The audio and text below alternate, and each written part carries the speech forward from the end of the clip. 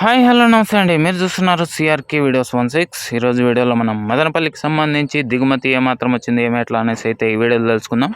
అందరూ లైక్ కొట్టేసేయండి, కొత్తగా చూసే వాళ్ళు సబ్స్క్రైబ్ చేసుకోండి. 27 ఏప్రిల్ 2025 మదనపల్లిలో దిగుమతి చూసుకుంటే కనుక నిన్నటితో పోలిస్తే ఇవాళ సగానికి సగం తగ్గిపోయిందని చెప్పొచ్చు అండి. ఎందుకంటే అంగళ్ళు మార్కెట్ ఓపెన్ అయింది, అక్కడ కూడా కాయ వెళ్తుంది కాబట్టి ఇక్కడ దిగుమతి అయితే తగ్గింది.